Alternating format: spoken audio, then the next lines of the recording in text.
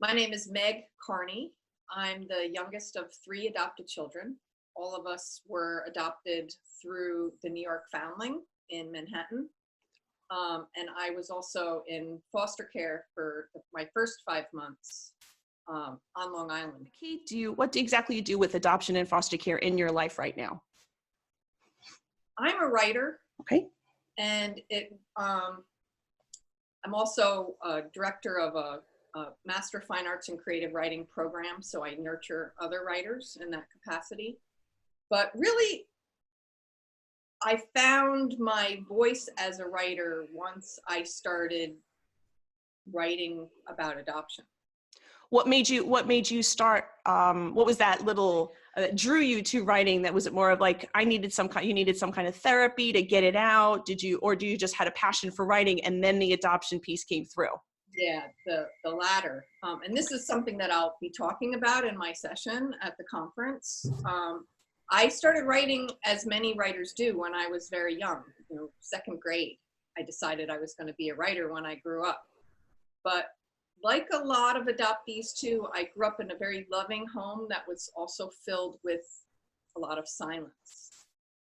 And that silence had to do not with the facts of our adoptions, but our feelings around it. And I found out pretty young when I read my mom a poem in which I was expressing an interest in knowing who my birth parents are, especially my birth mother, that really shut her down. And I realized that this poetry stuff was really powerful, but at the same time, I had entered taboo territory in terms of subject matter.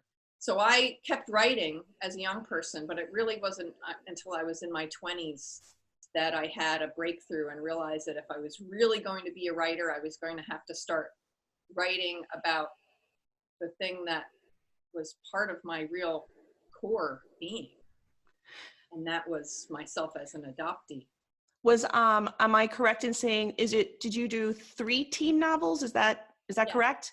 Yeah. What did you feel that you were trying to reach when you were writing those? It's different than poetry, so.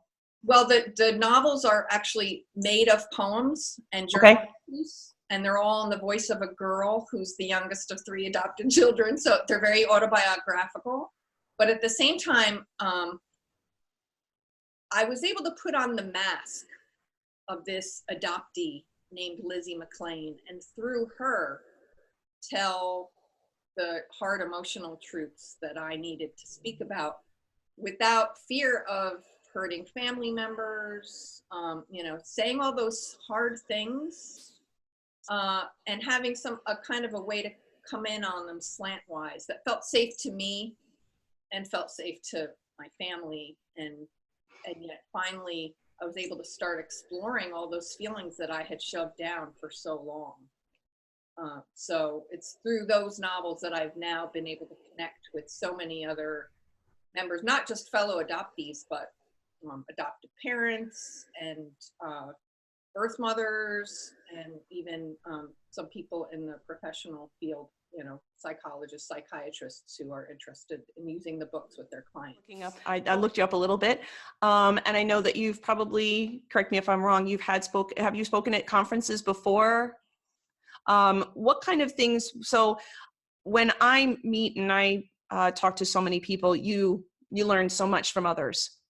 What do you feel that some of the things that maybe people in the community would want to know about what you've learned from others through your experience of what you've written, and maybe maybe the feedback that you're like, I didn't realize that this would connect with someone on this level, or because obviously you're going to meet a lot of people as you're going through this. So for me, it's been really huge because part of that silence that I was talking about pervaded all aspects of our lives.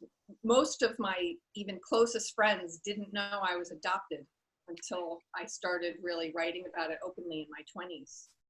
And through that, I found that once I started being open about being an adoptee, that's when other people start to say, oh, me too, or I'm an adoptive parent, or I'm adoptive, or I'm a birth mother, And I realized, wow, this community is a lot bigger than I realized. And Right. that's when we all start to make those connections, and find out how much we have in common, both the joys and the anxieties and fears that are all wrapped up, in this whole process. So obviously, I'm wondering what your thoughts are on. I interviewed someone yesterday who was also an adoptee from New York who's going to be at the conference. What are your thoughts on about the whole idea of original birth certificates?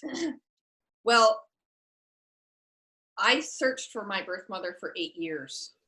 And in that process of searching, I certainly learned a great deal. And one of the first things I realized was that I did not have lawful access to my own birth certificate. And I took a look at the birth certificate I do have in hand and realized it's dated 2 years after I was born. Because technically my adoptive parents, were my foster parents also. So I was in foster care for 5 months and then placed with my adoptive parents, but they were legally my foster parents for 2 years. So in that search, I realized, oh, it's going to be my original birth certificate that has my original name on it. And I don't have the right to see that. So, of course, I have to find ways around that dilemma. But at the same time, wow, was I angry to know that I couldn't view my own birth certificate. And this is something that my character goes through too in the book, because she goes through the process of searching for her birth mother as well and runs up against the same dilemma. Awesome. Have you seen other people's works? I'm sure with being a writer, you see other people because you're obviously trying to see if other people will start writing like you. Because I saw in here that you try to teach people how to get this out and everything. Have you seen, what kind of things have you seen other people write about from you and your thoughts about? Yeah, I love working with adopted teens, especially, and getting them to start writing their own poems and stories and giving them strategies to make them feel safe in doing that. And that's part of what I'll be talking about at the conference too. So no matter if you're a teenager or you're an adult adoptee or you're an adoptive mother or a birth parent, these are all strategies, or somebody who works professionally in the field. These are going to be strategies to empower adoptees to tell their stories in ways that feel safe to them, and tell their own emotional truths. And that sometimes means kind of coming at that subject slantwise, as a lot of writers do. But through the books, I've really made so many great connections, especially with young people. And one of the things I ran into in the beginning when I was shopping around the first book, the first manuscript, was I actually had an editor at a very large publishing house tell me that all these questions I was raising about adoptees, wondering where we come from and why our birth mothers gave us up. She said, oh, well, that's not legitimate anymore because most adoptions are open. And I knew that wasn't true. And the more now I've spoken with young people, even if they are in open adoptions, there's still so much silence. And, open can take many forms, right? Right. So, and also a lot of adoptees who were adopted internationally. Correct.